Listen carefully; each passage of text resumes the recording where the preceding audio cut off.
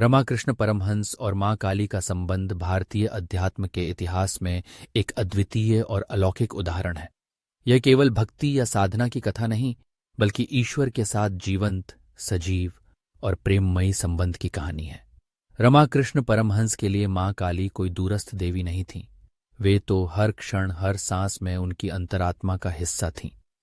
वे उनसे बातें करते, खेलते, रोते, हंसते और हर पल उनकी उपस्थिति में ही जीते थे। बाल्यकाल से ही रमाकृष्ण परमहंस में भक्ति और ईश्वर प्रेम की गहराई थी। जब वे दक्षिणेश्वर काली मंदिर के पुजारी बने, तभी से उनकी साधना ने एक नया मोड़ लिया। मां काली की मूर्ति उनके लिए केवल प्रस्तर प्रतिमा नहीं थी, वे उसमें स्वयं मां को साक्षात देख पाते थे। उनकी तड़प इतनी प्रबल हो गई कि कभी कभी वे घंटों मां काली की मूर्ति के सामने रोते, विलाप करते और उनसे दर्शन की भीख मांगते।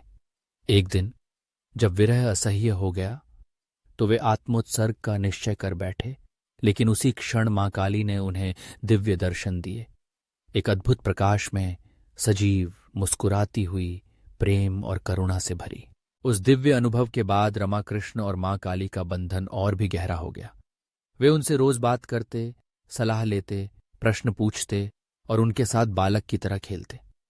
उनके लिए मां काली केवल पूजा की वस्तु नहीं थी, वे उनकी मां, सखा, गुरु और मार्गदर्शक थीं। रमाकृष्ण का प्रेम इतना निष्कलंक था कि वे मां के आगे पूर्ण समर्पण कर देते, अपनी इच्छाओं, दुखों और प्रसन्नता को मां की झोली में डाल देते। रमाकृष्ण की शिक्षाएं यहीं नहीं रुकती।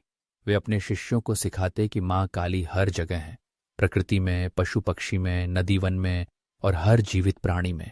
उन्होंने दिखाया कि ईश्वर केवल मंदिर की मूर्ति में सीमित नहीं, बल्कि समस्त सृष्टि में व्याप्त है। उनके प्रेम और भक्ति की शक्ति ने न केवल उनके शिष्यों को, बल्कि आने वाली पीढ़ियों को भी गहराई से प्रभावित किया।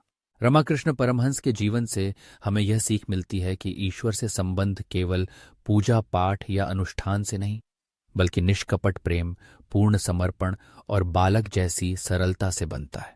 मां काली के संग उनका दिव्य संबंध हमें यह एहसास कराता है कि जब भक्ति अपने चरम पर पहुंचती है, तो भक्त और भगवान में कोई भेद नहीं रह जाता। केवल प्रेम, आनंद और एकत्व शेष रहता है।